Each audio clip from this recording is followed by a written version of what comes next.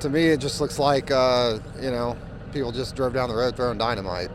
It's just, you can't make houses out, you can't make trailers out, some vehicles you can't make out, so it's a mess. When it was dark and it was raining, and I looked up and that's all I could see, and it was like, I'm going to die.